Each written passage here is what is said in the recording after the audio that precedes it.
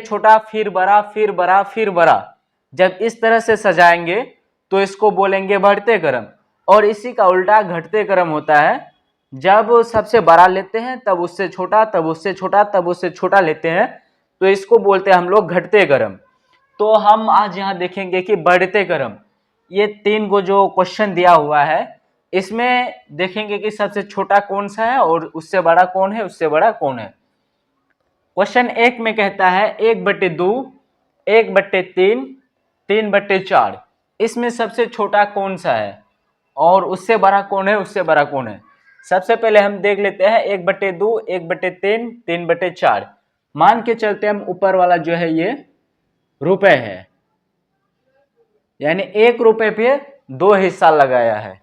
वहीं पे यहाँ जो है वह 1 रुपए पर 3 हिस्सा लगाया है, और यहीं पे जो है वह 3 रुपए पर 4 हिस्सा लगाया है। तो सबसे छोटा क्या होगा, तो इधर देख लेते हैं 1 रुपए पर 3 हिस्सा। 1 रुपए पर 3 हिस्सा लगाएंगे तो कितना लगेगा, 30 पैसा, 33 पैसा के आसपास निकलेगा। यानी ये हो जाएगा 1/3 सबसे छोटा। उसके बाद है कि इससे बड़ा कौन सा होगा, 1/2 होगा या 3/4 होगा।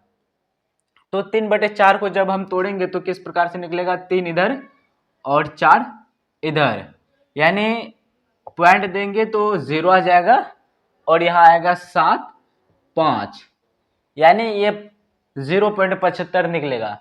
तो इससे बड़ा कौन सा हो जाएगा, 1/2, यानी एक चीज का 2 हिस्सा करेंगे तो निकलेगा 50-50, यानी आधा, 1/2। उसके बाद फिर कौन सा होगा, यही जो लास्ट में बच गया वही होगा। ये तो हो गया हमारा सॉल्व। नेक्स्ट क्वेश्चन है कि 1/3, 1/4, 2/7। यहाँ देखिए कि एक चीज का 3 हिस्सा किया जा रहा है और वहीं एक चीज का 4 हिस्सा किया जा रहा है और 2 चीज का 7 हिस्सा किया जा रहा है। सबसे छोटा कौन होगा, तो सबसे छोटा होगा एक चीज का जहां 4 हिस्सा किया जा रहा है, क्योंकि देखते हैं यहाँ एक चीज का 3 हिस्सा किया जा रहा है और यहाँ एक चीज का 4 हिस्सा किया जा रहा है। कंफ्यूज है इसमें, तो इसको हम निकाल लेते हैं। 2 को इस प्रकार से लिख देंगे, 7 को इस प्रकार से। यहाँ नहीं चलेगा तो पॉइंट देकर उतार दे 0, हो जाएगा 7 दूनी 14। उसके बाद यहाँ हो गया 6, फिर उतरेगा 0, उसके बाद 7 8 56, यानी 2 8, 0.28 निकलेगा इसका वैल्यू। तो सबसे पहले हम देखते हैं 1/4 को। 1/4 को निकालेंगे तो कितना निकलेगा, 0.25, 0.25 निकलेगा। इसीलिए सबसे छोटा क्या हो जाएगा, 1/4। उससे बड़ा क्या होगा, इससे बड़ा होगा 2/7। 2/7 इसलिए होगा क्योंकि जब 2/7 को निकाले तो कितना निकला, 0.28, और जब 1/3 को निकालेंगे तो निकलेगा 0.33। इसीलिए इससे बड़ा क्या हो जाएगा, 2/7। उसके बाद कौन सी हो जाएगा, जो बच गया 1/3। इसमें देखते हैं कि अब सबसे बड़ा कौन सा है और सबसे छोटा कौन सा है। याद रखना है कि हमको छोटा से बड़ा की तरफ जाना है, ना कि बड़ा से छोटा की तरफ।